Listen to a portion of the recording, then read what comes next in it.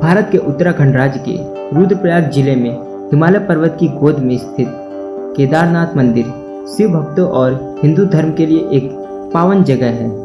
इसे 12 ज्योतिर्लिंगों में से एक माना जाता है और यह पंच केदार में से एक है। यहाँ के प्रतिकूल जलवायु के कारण यह मंदिर अप्रैल से नवंबर माह के मध्य दर्शन के लिए खुलता है। कहते हैं इस मंदिर का निर्माण पांडवों के वंशज जन्मेजय ने करवाया था। पांडव अपने पापों की क्षमा के लिए शिव शंकर को खोजते हुए यहाँ तक आए थे और यहीं पर उन्होंने इस मंदिर के निर्माण की शिला रखी थी। लेकिन कुछ लोगों का यह भी मानना है कि 8वीं शताब्दी में आदि शंकराचार्य ने इस मंदिर का जीर्णोद्धार करवाया था। पत्थरों से बने इस मंदिर का निर्माण कत्यूरी शैली में किया गया है। यह मंदिर समुद्र तल से 3553 फीट की ऊंचाई में स्थित एक अद्भुत मंदिर है। इतनी ऊंचाई पर इस मंदिर को कैसे बनाया गया, इसकी कल्पना आज भी नहीं की जा सकती। यह मंदिर 6 फीट ऊंचे एक चौकोर चबूतरे पर बना हुआ है। मंदिर में मुख्य भाग मंडप और गर्भगृह जिसके चारों ओर प्रदक्षिणा पथ है और बाहर प्रांगण में नंदी बैल वाहन के रूप में विराजमान है। इस मंदिर की ऊंचाई 85 फुट, लंबाई 187 फुट और चौड़ाई 80 फुट तक है। इसकी दीवारें 12 फुट मोटी हैं और बेहद मजबूत पत्थरों से बनी हुई है। जानकारों का मानना है कि पत्थरों को एक दूसरे से जोड़ने के लिए इंटरलॉकिंग तकनीक का इस्तेमाल किया गया था। इससे ही यह मंदिर एक भूकंपरोधी इमारत में तब्दील हो गया। आपको यह बता दें कि यह मंदिर 400 सालों तक बर्फ के नीचे दबा हुआ था। यह कोई पौराणिक कथा नहीं बल्कि एक सच्चाई है। देहरादून के Wadia institute of Himalayan geology के रिसर्च में यह फैक्ट पाया गया है। इस इंस्टीट्यूट की रिपोर्ट के अनुसार केदारनाथ मंदिर 13वीं से 14वीं शताब्दी के मध्य जो छोटा हिमयुग आया था उसमें पूरी तरह से बर्फ के नीचे दबा हुआ था। वैज्ञानिकों ने यह तथ्य इस आधार पर निकाला था कि मंदिर के ढांचे में कई पीली रेखाएं बनी हुई हैं।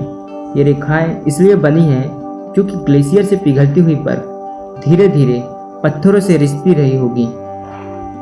ग्लेशियर बहुत धीरे धीरे अपना रूप बदलते हैं और सिर्फ बर्फ ही नहीं बल्कि पत्थरों से भी यह ग्लेशियर बने होते हैं। ऐसे में यह अंदाज़ा लगाया गया कि इस मंदिर ने न केवल 400 सालों तक बर्फ के दबाव को झेला है बल्कि इस मंदिर ने ग्लेशियर का मूवमेंट और 2013 की भारी बाढ़ को भी झेल चुका है।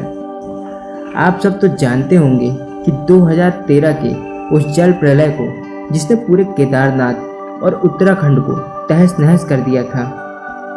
लेकिन इस तबाही में भी इस मंदिर को जरा से भी खरोंच नहीं आई थी। मंदिर के आसपास का सब कुछ बाढ़ में बह गया था। इस मंदिर के बचने की एक अद्भुत कहानी है।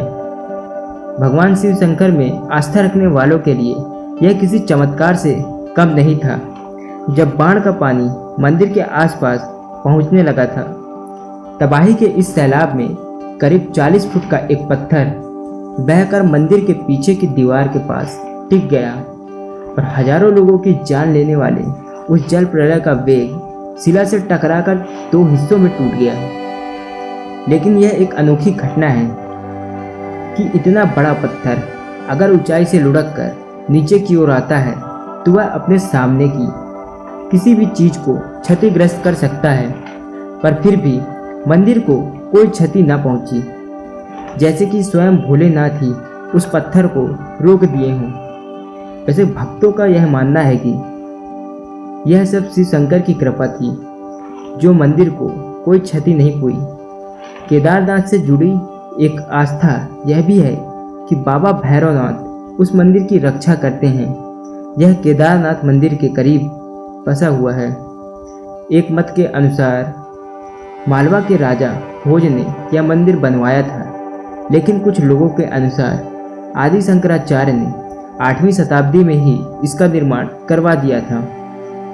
तो मतलब यह है कि 13वीं शताब्दी में आए उस हिमयुग के पहले ही मंदिर का निर्माण हो चुका था। तो दोस्तों, हमारी जानकारी आपको कैसी लगी हमें कमेंट करके ज़रूर बताएं और हमारे वीडियो को सब्सक्राइब करना ना भूलें।